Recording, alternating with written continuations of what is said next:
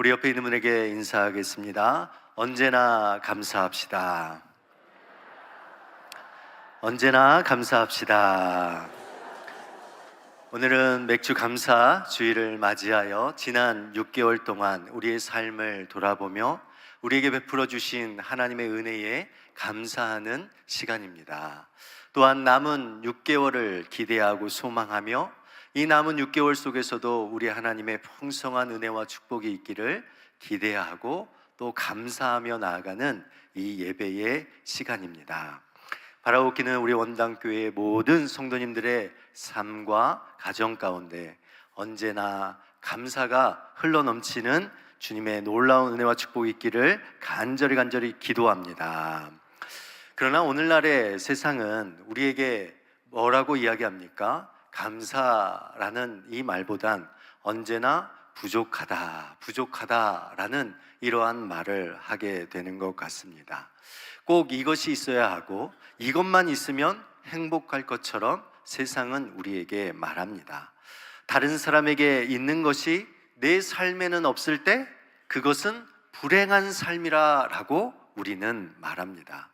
내가 가진 것에 대한 행복보다는 다른 사람에게 있는 것을 가지지 못하는 불행에 초점을 맞추며 살아가는 자들이 참으로 많습니다.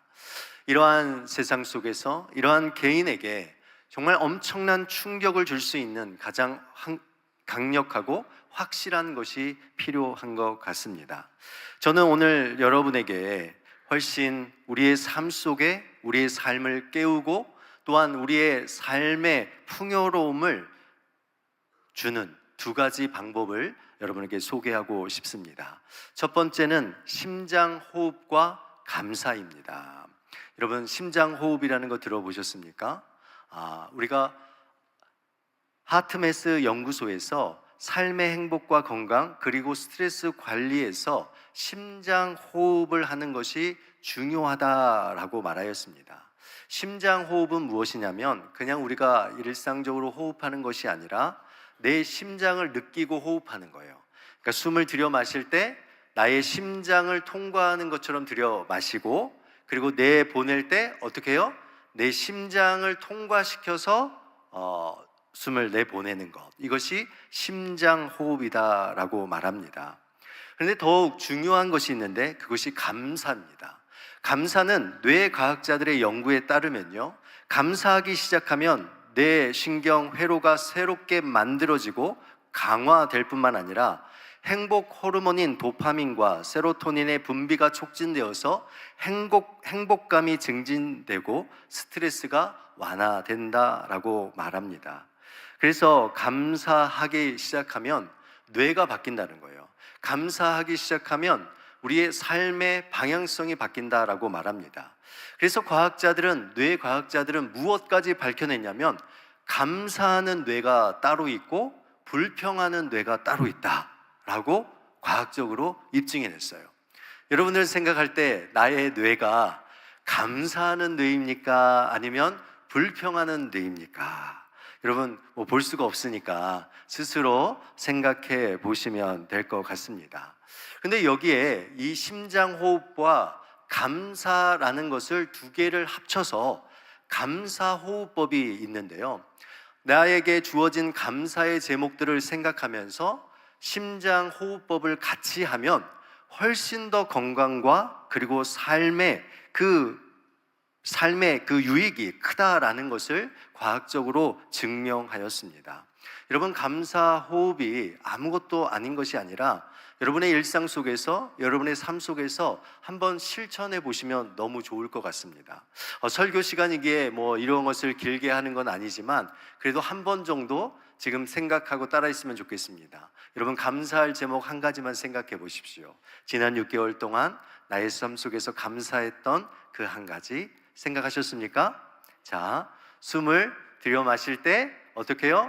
심장을 통해서 호흡하시고 내쉴 때 심장을 통해서 내보내는, 그리고 감사한 걸 생각하시면 됩니다. 한번 해보겠습니다. 시작.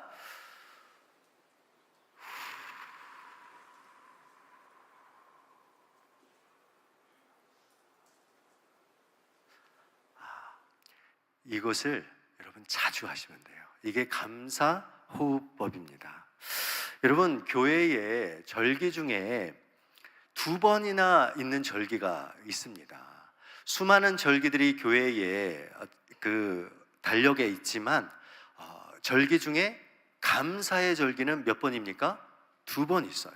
맥주 감사 주일과 또 어떤 주일이 있습니까? 추수 감사 주일이 있습니다. 그러니까 성경에서 또 그리스도인의 신앙 가운데 무엇이 중요하다 말하는 거예요? 감사가 중요하다라고 말합니다. 제가 자주 우리 성도님들께 강조하고 또한 인용하고 있는 말씀인데요, 데살로니가전서 5장 16절 18절 말씀, 하나님께서 우리를 향하신 뜻, 하나님께서 정말 우리에게 바라시는 것이 무엇인가 라는 것을 분명하게 선언하고 있는 말씀입니다. 우리 한번 같이 읽겠습니다. 항상 기뻐하라, 쉬지 말고 기도하라, 범사에 감사하라, 이것이 그리스도 예수 안에서 너희를 향하신 하나님의 뜻이니라. 아멘. 기뻐하고 기도하고 감사하는 것, 이것이 우리를 향하신 하나님의 뜻이며 우리의 삶에 가장 안전하고 확실한 행복의 길을 열어주는 것이 바로 감사다라는 것을 오늘 본문은 우리에게 말씀하고 있습니다. 여러분, 감사하는 생활을 하기 위해서 무엇이 필요할까요? 오늘 본문은 우리가 감사하는 삶의 아주 필수적인 요소 한 가지를 성경은 말하고 있습니다. 그것은 자족이라는 것입니다. 여러분, 자족이라는 그 의미를 살펴보면 어떤 상황에 처하든 스스로 넉넉하여 부족함이 없는 마음, 곧 모든 조건에 완전하게 맞출 수 있는 태도가 자족이다라고 말하는 것이죠. 그래서 자족이다라는 이 말은 어떤 형편에 처하든지 감사하고 행복해지는 태도를 말하는 것입니다. 성경에도 보면 사도 바울이 이러한 믿음의 고백을 드렸습니다. 빌립보서 4장 11절에서 12절 말씀을 이야기하고 있는데요, 빌립보서 4장 11절에서 12절 제가 읽겠습니다. 내가 궁핍함으로 말하는 것이 아니니라. 어떠한 형편에든지 나는 자족하기를 배웠노니 나는 비천에 처할 줄도 알고 풍부에 처할 줄도 알아. 모든 일, 곧 배부름과 배고픔과 풍부와 궁핍에도 처할 줄 아는 일체의 비결을 배웠노라 라고 말하면서 사도 바울이 감사하는 데 있어서 가장 중요한 요소를 우리에게 무엇이라고 말하고 있습니까? 자족하는 삶이다라는 거예요.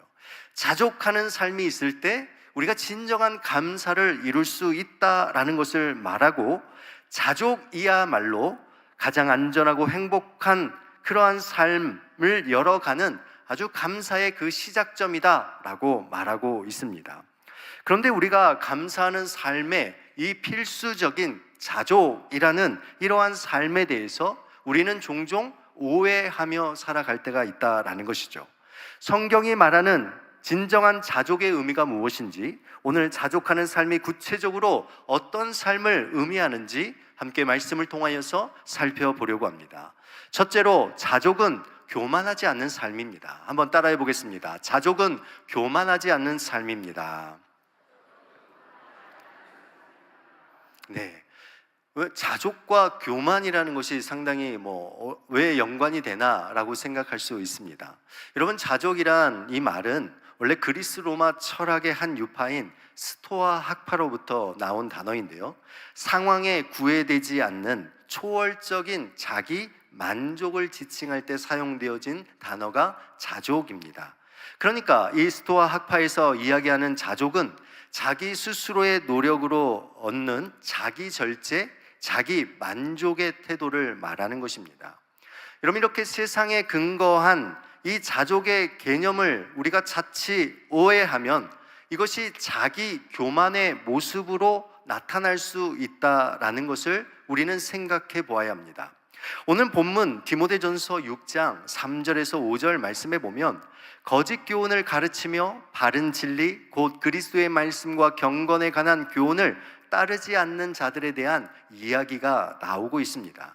특별히 이들을 향하여서 사도 바울이 어떤 자다라고 표현하고 있냐면 4절 말씀을 보시면 그는 교만하여 라고 말합니다. 그러니까 지금 이들에게 교만한 자라고 말하는 자들은 어떤 삶을 살아가는 자들입니까? 진리를 알지 못하고 있고 변론하고 언쟁을 좋아하는 자들이다.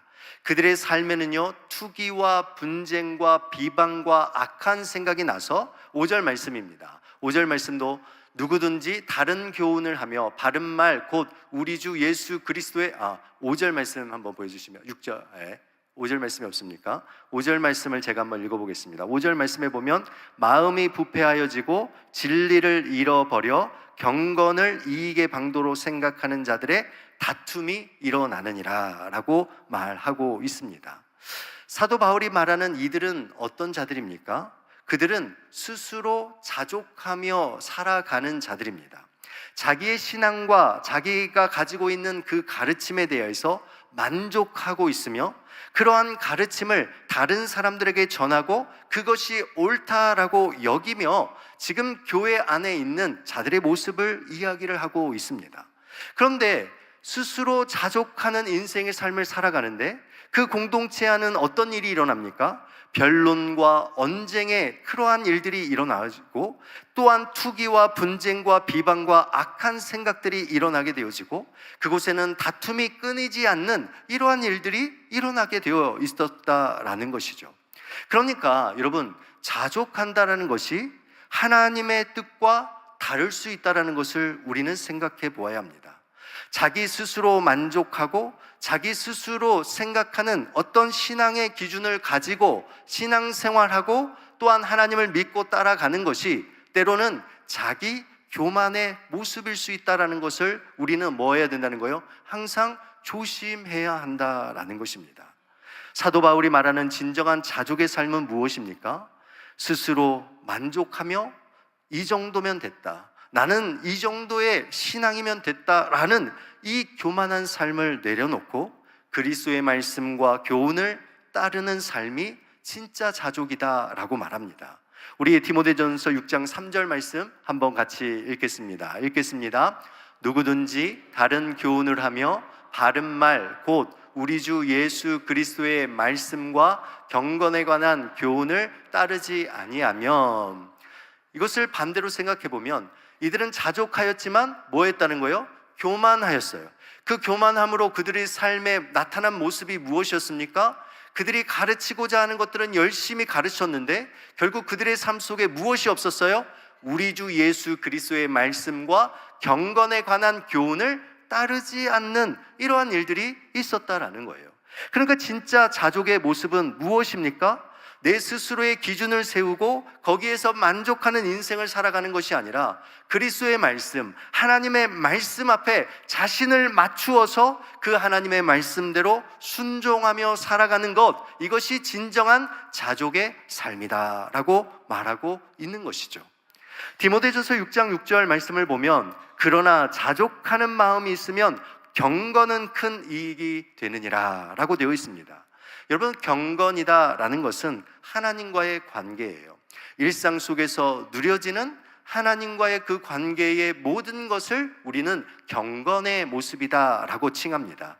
그러니까 경건이라는 것이 종교적인 의식이나 행위를 넘어서서 우리의 일상 속에서, 우리의 매일매일의 그 삶 속에서 내 기준과 내 뜻으로 인생의 삶을 만족하며 살아가는 자들이 아니라 무엇이요? 하나님의 말씀이 내 삶의 기준이 되어서 하나님의 말씀에 나의 삶의 모든 뜻을 맞추어서 순종하며 살아가는 것이 진짜 자족하며 살아가는 것임을 오늘 분명히 말씀하고 있습니다. 그러니까 자족이라는 것은요, 자기 스스로 충족되어지고 만족하는 것이 아닙니다. 자족이라는 것은 그리스도로 충족되어진 그 삶을 살아가는 것이 자족이에요. 성경이 말하는 자족은 분명한 방향성이 있다라는 것을 말해주고 있습니다. 빌립보서 4장 13절 말씀, 우리가 잘 알고 있는 말씀이죠. 우리 한번 같이 읽겠습니다. 내게 능력 주시는 자 안에서 내가 모든 것을 할 수 있느니라. 아멘. 참 너무 좋아하는 말씀이지 않습니까? 내게 능력 주시는 자 안에서 내가 모든 것을 할 수 있느니라. 내가 모든 것을 할 수 있다라고 참 우리는 참 좋아합니다. 그런데 앞에 말씀을 보십시오. 내게 능력 주시는 자 안에서 내가 모든 것을 할 수 있다.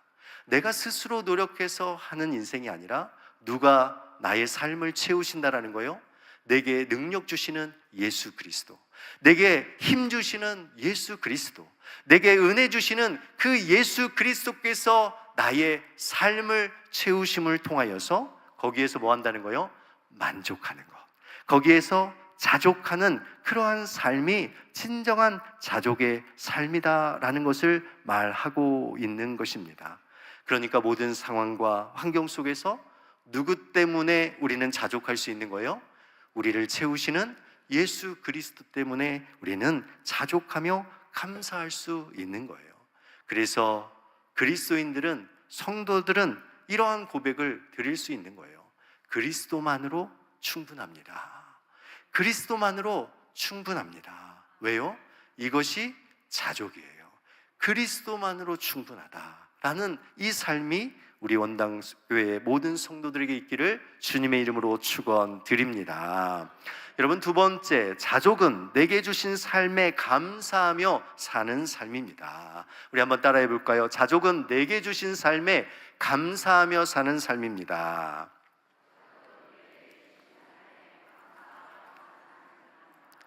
아멘.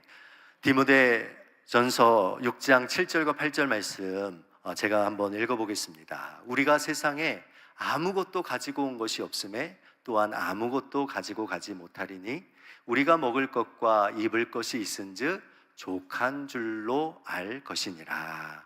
아멘. 우리 한번 같이 한번 읽어볼까요? 정말 그냥 성경 구절이 아니라 정말 이 말씀이 우리에게 오늘 고백되어지는 진짜 감사의 자족의 마음을 가지고 이 말씀을 우리 한번 간절한 마음으로 읽어봤으면 좋겠습니다. 읽겠습니다.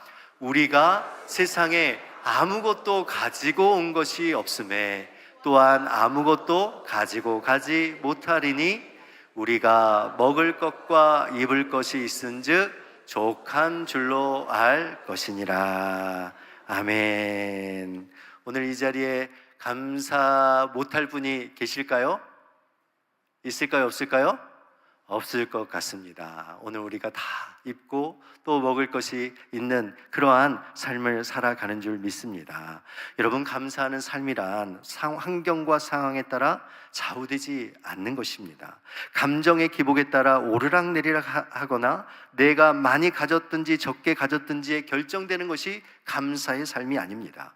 진정한 감사는 내게 주신 삶에 대한 자족으로부터 시작되어집니다. 나의 모든 삶이 하나님께로부터 온 것임을 인정하는 것, 이것이 자족의 마음이고 자족의 신앙입니다. 우리가 이 세상에 올 때 아무것도 가지고 온 것이 없이 왔고 떠날 때 아무것도 가지고 가지 못한다는 것을 우리가 자각하면 우리는 어떤 삶을 살아갑니까? 자족의 삶을 살아갈 수 있는 거예요. 그래서 자족이라는 것은 내게 주어진 삶에 대하여 그것이 족한 줄로 알고 감사할 수 있는 그러한 삶을 살아가는 것입니다. 여러분, 그러기에 감사는요, 선택임을 여러분 꼭 기억하셨으면 좋겠습니다. 감사가 무엇이라고요? 선택이다. 여러분, 감사가 뭐라는 거예요? 선택이다. 우리의 삶은 매 순간 선택의 기로에 놓여 있습니다. 우리는 불행을 선택할 수도 있고요, 여러분, 행복을 선택할 수도 있습니다. 많은 사람들이 평안하고 아무런 일이 없는 것을 당연하게 여기며 내게 주어진 것들의 소중함을 알지 못하고 고백하지 못한 채 오늘 하루의 삶을 무료하게 살아가는 자들이 너무나도 많습니다. 여러분, 불행과 어려움이 다가올 때면 그것을 나의 삶의 전부로 받아들여서 내 삶이 불행한 것처럼, 내 삶이 언제나 이랬던 것처럼 생각하는 자들이 너무나도 많다라는 것입니다. 그러나 우리가 감사가 선택이다라는 것을 생각할 때, 우리가 감사를 선택하면 여러분, 그 시간으로부터 우리의 삶의 새로운 방향성이 바뀐다라는 것을 여러분 믿으시기를 주님의 이름으로 축원드립니다. 여러분, 우리 교회는요, 매년 추수감사주의를 앞두고 감사 프로젝트를 진행하고 있습니다. 과거의 감사, 현재의 감사, 미래에 대한 감사를 써서 하나님께 올려드리는 감사 생활을 하고 있습니다. 그런데 올해 우리가 추수감사절을 앞두고 감사하는 것이 아니라, 제가 이 말씀도 준비하고 그 이전에 준비하면서 우리의 감사 생활이 훨씬 더 좀 확장되었으면 좋겠다. 왜 하나님께서 맥주 감사절과 추수 감사절을 주셨을까라는 그런 고민 가운데 맥주 감사 주일부터 추수 감사 주일까지 한번 감사하는 생활을 했으면 좋겠다라는 그런 마음이 들어서 오늘 우리 원당교회 모든 성도님들께 도전합니다. 여러분, 오늘부터 시작하여서 매주 우리가 5가지의 감사의 기도의 제목을 여러분 기록하셨으면 좋겠습니다. 오늘 여러분 주보에 받으셨습니까? 주보에 받으셨으면 이 감사 카드가 있습니다. 매주 5가지의 감사 제목을 우리 하나님께 쓰시고, 또한 이 쓰신 것을 가족들과 함께 나누십시오. 정말 손주 손녀들과 함께 나눠보십시오. 그리고 한 주 동안 밑에 있는 말씀의 한 장을 묵상하시고, 또한 한 주가 지난다면 이 감사 카드를 교회 사무실 앞과 또한 우리 후문의 필경대에 있는 감사 선물함에 여러분 꽂아주시면 좋을 것 같습니다. 여러분, 20주 동안 우리가 이 감사 프로젝트에 참여하면 추수 감사 주일이 되면 우리는 100가지 감사를 하나님께 올려드릴 것입니다. 우리 원당교회 모든 성도들이 다 참여한다면 여러분, 우리 원당교회가 몇 가지의 감사로 하나님께 올려드릴까요? 10만 가지의 감사로 하나님께 올려드리는 그런 놀라운 은혜와 축복의 역사가 우리 원당교회 가운데 일어나게 될 줄 믿습니다. 여러분, 어떤 사람들은 이렇게까지 감사해야 하냐, 이게 억지로 감사해야 하는 것인가 라고 반문하는 분들이 있습니다. 정말 자연스럽게 마음에서 우러나오는 감사를 드려야 되는 것 아닌가라고 반문합니다. 그런데 죄송하지만 그분은 감사라는 것이 진짜 뭔지를 모르시는 분이십니다. 여러분, 감사는요, 선택입니다. 내가 무엇을 선택하느냐에 따라서 우리의 인생의 삶이 전혀 달라집니다. 저는 최근에 한 곳에서 감사를 나누는 그런 모임에 참여하고 있습니다. 그 감사 모임에는요, 6년, 7년 동안 항암을 받으시면서 힘겨운 암투병을 하시는 분이 계십니다. 그리고 이 감사 호흡법과 이 감사 제목을 쓰는 이러한 일들을 통하여서 그의 삶이 놀랍게 변화되었습니다. 그는요, 뭐라고 고백하냐면 하루에 2000번에서 2500번 감사한대요. 여러분, 의도적으로 2000번에서 2500번을 감사하고 또 감사합니다. 그러니까 그 이후에 어떤 일이 일어납니까? 그분이 고백하시는 거예요. 암에 관한 다양한 수치들이 엄청 떨어지고 우울했던 그 모든 삶의 방향성들이 바뀌는 그러한 일들이 일어나고 있다라고 고백하는 것을 보게 되어집니다. 또한 제가 우리 자녀 중에 최근에 시험 기간이 있었어요. 그래서 보니까 시험 공부를 하는데 엄청 스트레스를 받는 거예요. 여러분, 스트레스 받지 않겠습니까? 그래서 제가 우리 자녀에게 이야기했어요. 아빠가 이 책을 보고 있고 이렇게 하는데 청소년들이 감사 생활을 하게 되면, 감사 제목 3가지를 쓰고 감사 호흡을 하게 되면 성적이 엄청나게 좋아지고 집중력이 좋아져서 성적이 좋아진다더라. 과학적으로 증명된 사실이다 라고 제가 그 아이에게 설명해 줬어요. 그러니까 그 아이가 반응이 어떻겠습니까? 진짜요? 진짜요? 정말 그래요? 라고 물어보는 거예요. 진짜야, 한번 해봐 라고 했는데 저는 안 할 줄 알았어요. 근데 그 아이가 매일 3가지의 감사 제목을 쓰고 감사 호흡을 함을 통해서 그 시험 기간을 마치면서 스스로 만족하고 자족하는 그런 모습을 보게 되었습니다. 여러분, 모든 것이 하나님께서 우리에게 주신 삶임을 고백할 수 있다면, 여러분, 지금 내가 처한 문제 앞에 우리는 하나님께 감사를 선택할 수 있는 거예요. 여러분, 이것은 스스로의 체면을 하자라는 그러한 내용이 아닙니다.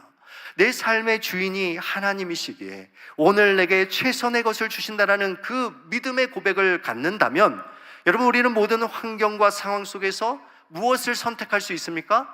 감사를 선택할 수 있는 것입니다. 바라옵기는 우리 원당교회 모든 성도님들이 오늘부터 다른 어떤 것을 선택하는 것이 아니라 감사를 선택하는 그러한 삶을 살아가시기를 주님의 이름으로 축원드립니다. 여러분, 이것이 세상적인 방법이 아니에요. 여러분, 성경에 보면 다니엘 이야기 잘 알지 않습니까? 다니엘을 시기하던 대적들이 그들에게 허물을 찾을 수 없자 그의 신앙의 그 공격의 구실을 찾아내어서 그를 사자굴에 던지는 그 사건을 여러분 알고 계시지 않습니까? 그 사자굴 속에 던져진다는 것을 알면서도 여러분 다윗의 행동이 무엇인지 다니엘서 6장 10절 말씀 우리 다 같이 한번 읽어보겠습니다. 읽겠습니다. 다니엘이 이 조서에 왕의 도장이 찍힌 것을 알고도 자기 집에 돌아가서는 윗방에 올라가 예루살렘으로 향한 창문을 열고 전에 하던 대로 하루 3번씩 무릎을 꿇고 기도하며 그의 하나님께 감사하였더라 라고 말합니다. 여러분, 감사의 거리가 있어서 감사한 거 아니에요. 여러분, 다니엘은 지금 무엇을 선택하는 거예요? 감사를 선택한 거잖아요. 여러분, 어렵고 힘들고 그의 인생의 대적들로 인하여 공격받는 그 상황이 분명함에도 불구하고 그는 지금 무엇을 선택하고 있는 거예요? 기도를 선택하고 감사를 선택하고 있는 거예요. 감사를 선택하는 그 삶 속에 어떤 일이 일어납니까? 사자굴 앞에서도 여러분 두려워하지 않는 거예요. 사자굴 속에 들어가서도 두려워하지 않는 거예요. 왜요? 하나님 앞에 감사를 선택함을 통하여서 하나님께서 그의 인생을 책임지신다라는 그 분명한 믿음의 고백을 가지고 있기 때문에 그렇습니다. 사랑하는 우리 온당의 성도 여러분, 다시 한번 간곡하게 여러분 부탁드립니다. 감사 생활을 아무것도 아닌 것으로 여기지 마십시오. 여러분, 이 감사가 나의 인생을 변화시킬 수 있는 가장 중요한 것임을, 우리의 가정을 송두리째 변화시킬 수 있는 가장 중요한 우리 신앙의 핵심임을 여러분 믿고 오늘부터 감사를 선택하시기를 주님의 이름으로 축원드립니다.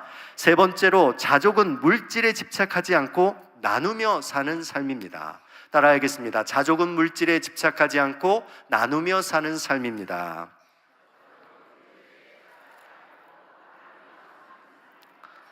옥스퍼드 영어 사전에 따르면 물질주의, 이 물질주의를 이렇게 정의합니다. 정신적인 가치보다 부나 육신의 쾌락과 같은 물질적인 것을 더욱 강조하는 경향이다라고 말합니다. 여러분, 최근 10대 청소년들이 생각하는 행복의 조건에 대한 그 리서치가 나왔는데요. 코로나 이후에 조사된 이 10대 청소년들이 말하는 행복의 조건 1순위가 무엇이냐면 건강이었어요. 그렇지 않겠습니까? 우리의 가까이에 있는 친구, 또 가족, 부모, 또 형제 자매들 가운데 코로나로 인하여서 어려움을 겪거나 또한 죽음을 맞이했던 그러한 일들이 있다 보니까 우리에게 건강이라는 것이 중요하구나, 행복의 조건이구나 라는 이러한 생각을 했습니다. 2025년 지난달이에요. 지난달 10대 청소년들이 말하는 행복의 조건을 다시 리서치했습니다. 근데 1순위가 무엇인지 아십니까? 그럼 무엇일까요? 무엇일까요? 네, 보여주십시오. 재산입니다. 재산. 여러분, 돈이라고 말하는 것이 맞지 않겠습니까? 아이들이 돈이 행복의 최고의 가치 또 조건입니다 라고 말할 수 있는데 저는 의아해했어요. 재산이래요. 재산. 아니, 자기네들이 무슨 재산이 있다고 재산이 있으면 행복할 것 같다? 이런 생각을 하게 되어집니까? 여러분, 그들이 이 물질의 가치를 넘어서서, 여러분, 물질을, 돈이라는 것을 소중하게 여기는 것을 넘어서서 여러분, 이것을 무엇과 연결시키고 있는 거예요? 부모와 연결시키고 있는 거예요. 부모의 재산이 곧 자신의 행복이다라는 것을 지금 드러내고 있는 것이죠. 참 씁쓸한 안타까운 현실 아닙니까?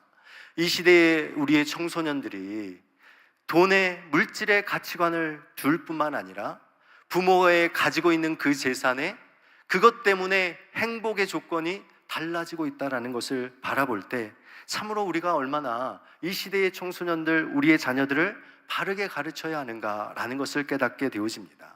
여러분, 감사와 이 물질주의는 상극을 달린다라고 말합니다.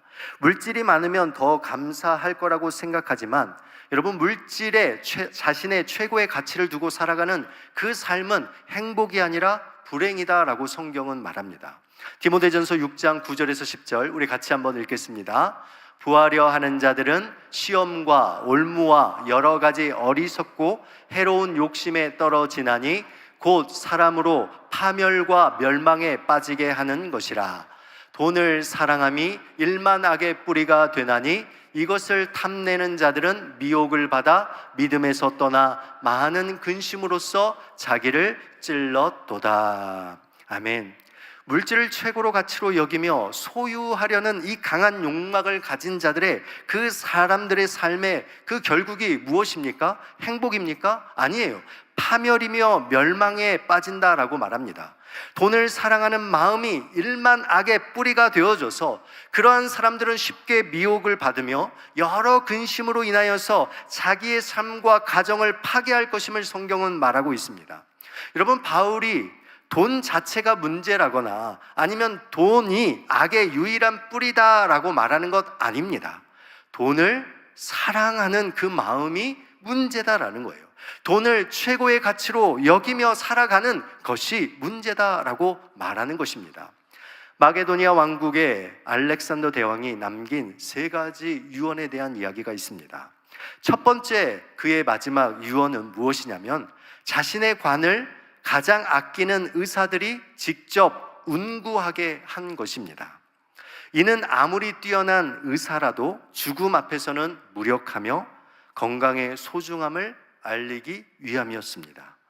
여러분, 두 번째, 자신이 평생 모은 금은 보화를 그 죽음의 그 길 가운데 모두 뿌리라고 유언하였습니다. 이는 아무리 많은 재물이라도 죽음 앞에서는 아무 소용이 없다라는 것을 우리에게 말해주고 있습니다.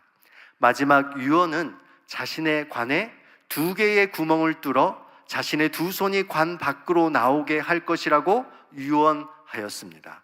이것이 무엇을 의미합니까? 온 세상을 정복하고 막대한 부를 쌓은 자일지라도 죽을 때에는 이처럼 빈손으로 간다라는 메시지를 남기고 싶었던 것입니다. 여러분, 자족이라는 것은 단순하게 스스로 만족하고 부족함을 느끼지 않는 그러한 태도를 말하는 것이 아닙니다.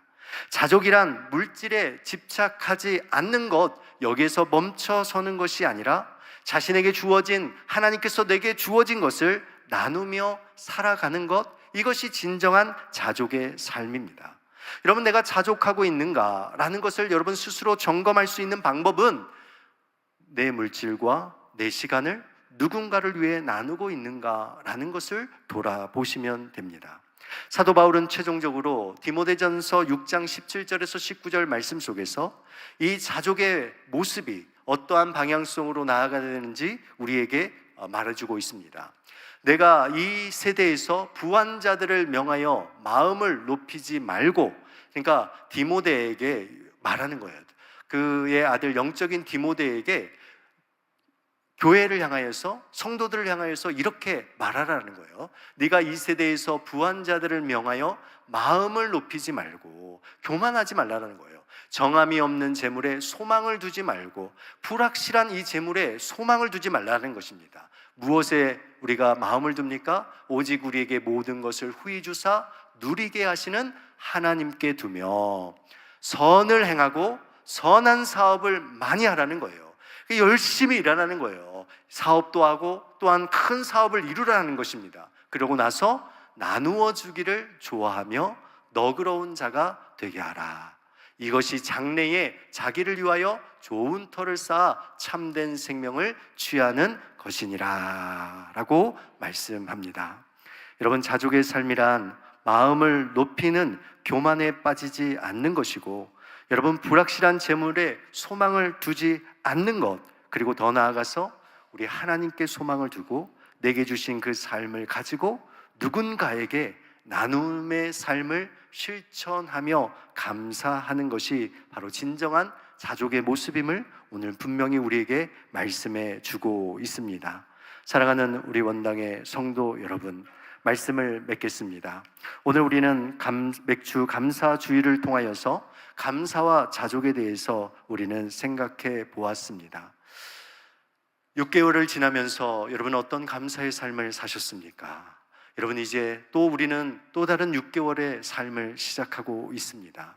가장 안전하고 가장 확실한 행복의 길은 감사하며 자족하는 것입니다. 하나님께 감사를 선택하며 살아가는 것임을 여러분 믿음으로 기억하시기를 주님의 이름으로 축원드립니다. 여러분, 자족은요 멈춰서 있는 게 아니에요.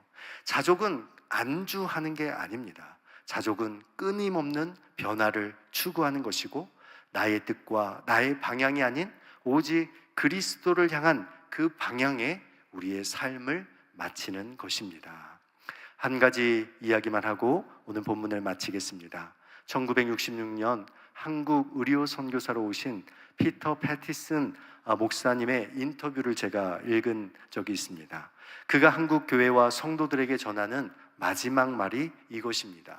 우리 오늘 이 말씀 믿고 우리의 삶의 방향성이 어디에 있는가, 우리 스스로를 돌아보고 우리가 감사하고 자족하는 삶을 살았으면 좋겠습니다. 우리 함께 읽겠습니다. 오직 한 번뿐인 인생 속히 지나가나 오직 그리스도를 위해 한 일만이 영원하리라. 아멘. 그리스도를 향한 그 삶의 방향성, 그 자족과 감사가 정말 여러분의 삶을 복되게 하여 주실 줄 믿습니다. 기도하겠습니다. 하나님 아버지, 참으로 감사합니다. 우리의 삶을 주님 돌아봅니다. 우리의 삶에 때로는 부족하고 또 연약하고 또 가진 것이 없고 또한 필요한 것들이 많을 때가 있습니다.